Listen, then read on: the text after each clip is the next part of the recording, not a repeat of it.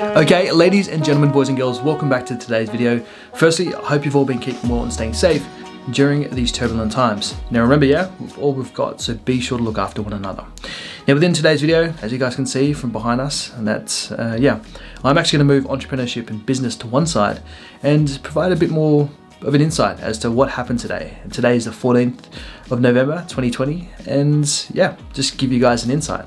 So I'm sure you guys are aware that there is a pram in this wall. I think something you put into a car which you put the baby into, so a capsule, I think is what it's called. So yeah, the theme of today is actually us attending a class, both myself and Aretha. Again, for those who aren't aware, we're both having a kid. We're borderlining on the 38th week. So what they say is that you can have the baby pretty much now, or it could come within a month's time. So again, everything is all ready to go. We're just prepared.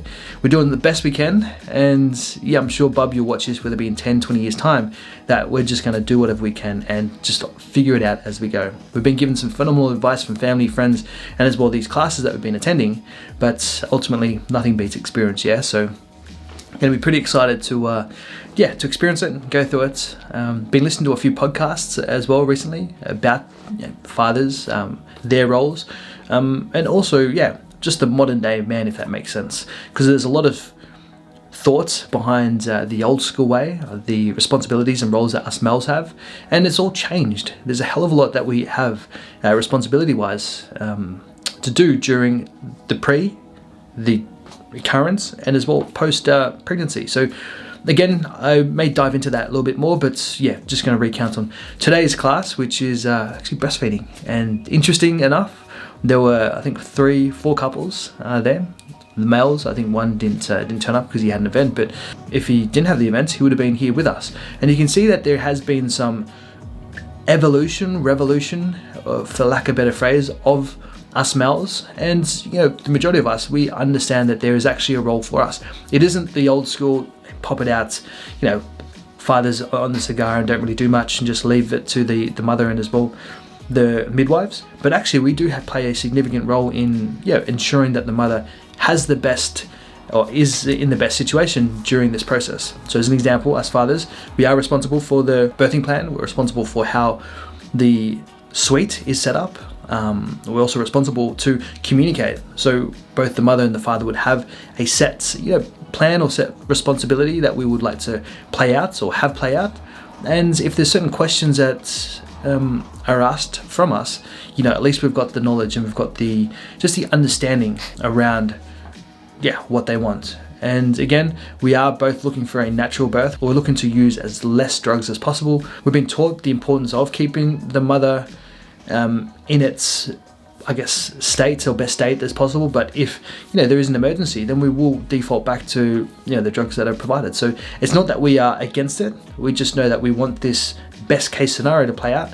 And if it doesn't, then at least we have things to fall back on. So that was pretty cool. But today, breastfeeding as us males, I think the key thing I would put forth here is there's actually a pretty big role that we play. So the biggest thing that I took away from this breastfeeding course that we attended was that breastfeeding is by far the best thing you can do for your kid initially. Now, again, there are caveats. If the mother can't breastfeed, then by default, you move over to formula. But, there's a lot of supposedly GPs and people out there who are suggesting that after a few weeks or even a couple of months, that you move over to formula. Where in fact, the things that we've learned here is that it's so important that the mother has the ability to breastfeed the kid up until she thinks the kid is ready to then move on to solids.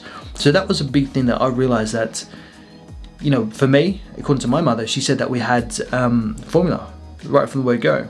And there are certain pros with it, but there's also a lot of cons.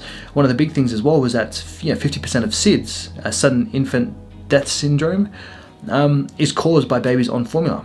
Why? Because babies aren't usually filled up that much. So the baby stomachs are quite small as they grow. I think between 1 and 10 days there's just a huge change.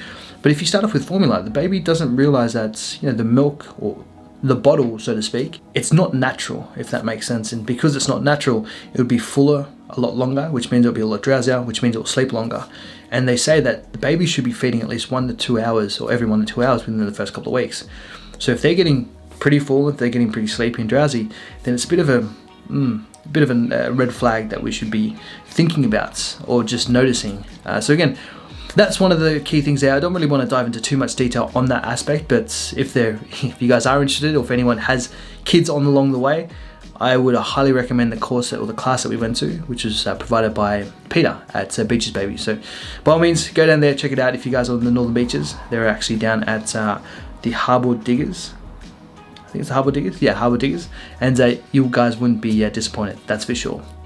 So yeah, that was point number 1, the importance of breastfeeding. Also as well for us males, the importance of us males and what we can do to help facilitate or give the best opportunity or best ability for females is to give them a rest. Yeah, us males can help with taking the baby to burping him, with taking the baby for a walk if it is crying a lot.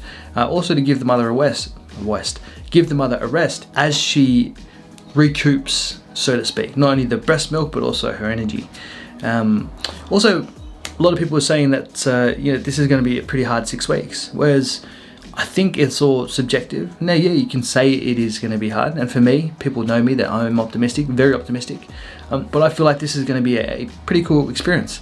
6 weeks of making sure that the kid's okay, attending to the kid's needs. If the kid's going to be up every hour or 2, then that is the life that we've been given. So why not make the most of it? It's not going to be forever lasting, so we're just going to make the most of it.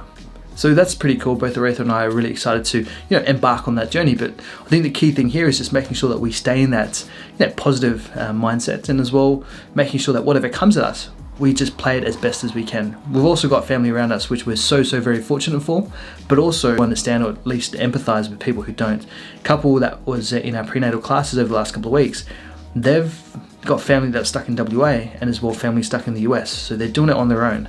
But I'd love to know that we would be there for them to help them out wherever we can. And yeah, the cool thing is we're going to be good friends, or the kids at least are going to be a couple of months apart, and hopefully growing up together, which is cool. And the third and final step that I learned today is a phrase which is called nose to chin, roll it in. So what that means, right, is this is going to be so funny. So as the kid attaches to the breast, it needs to be at a certain angle in a certain position to make sure that number 1, the kid gets efficient or enough milk, and as well number 2, it doesn't hurt or injure both the mother and as well the kid.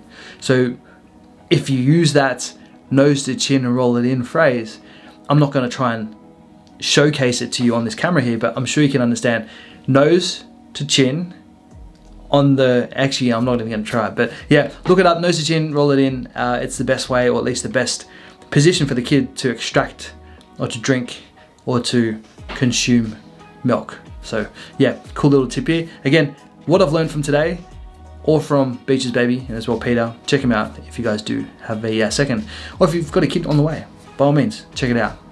Anyway, hope you guys are well. Hope this was of interest. This is a completely different view on the videos I've been putting out. Yes, there have been a few that I have spoken about, whether it be our baby shower, whether it be what we're doing on the 30th of November, supposedly. But yeah, this is just on a tangent, something different, just more documenting and showcasing what we've learned today. Anyway, hope you guys are well, stay safe, and no doubt I'll see you guys in the next video. Alright, bye.